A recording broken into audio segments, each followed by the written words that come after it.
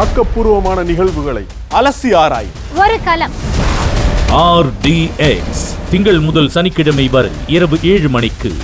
சென்னை திருமங்கலத்தில் கல்லூரி மாணவரை கார் ஏற்றி கொலை செய்ததாக பதிவு செய்யப்பட்ட வழக்கில் கைது செய்யப்பட்ட திமுக நிர்வாகி தனசேகரன் என்பவரின் பேரன் சந்துருவுக்கு நிபந்தனை ஜாமீன் வழங்கி சென்னை முதன்மை அமர்வு நீதிமன்றம் உத்தரவிட்டுள்ளது.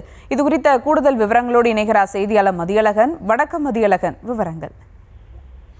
காதல் விவகாரத்தில் ஏற்பட்ட மோதலில் சென்னை அயனாவரம் முத்தம்மன் தெருவைச் சேர்ந்த கல்லூரி மாணவர் நித்தின் சாய் என்பவரை கார் ஏற்றி கொலை செய்ததாக திருமங்கலம் காவல் நிலையத்தில் பதிவு செய்யப்பட்ட வழக்கில் திமுக நிர்வாகி தனசேகரின் பேரன் சந்துரு சரணடைந்தார். அவர் கைது செய்யப்பட்டு சிறையில் அடைக்கப்பட்டுள்ள நிலையில் ஜாமீன் கோரி சந்துரு தாக்கல் செய்த மனு சென்னை முதன்மை அமர்வு நீதிமன்ற நீதிபதி SRT முன்பு விசாரணைக்கு வந்தது. அப்பொழுது சந்துரு சார்பில் ஆஜரான வழக்கறிஞர் இறந்தவரின் நண்பர்கள் மனுதாரர் பயணித்த கார் மீது கல்வீச்சு தாக்குதலில் ஈடுபட்டதால் தற்காப்புக்காக காரை வேகமாக இயக்கியபோது துரதிருஷ்டவசமாக நிதின் சாய் பயணித்த டூவீலர் மீது கார் மோதி விபத்துக்குள்ளானது.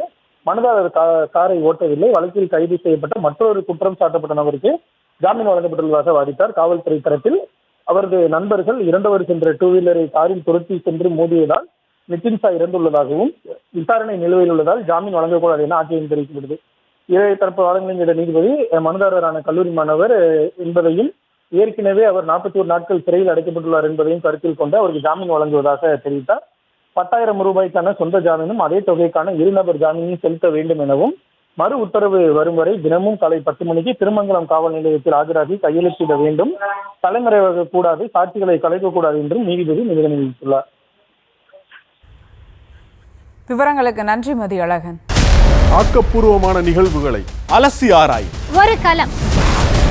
RDX திங்கள் முதல் சனிக்கிழமை வரை இரவு 7 மணிக்கு.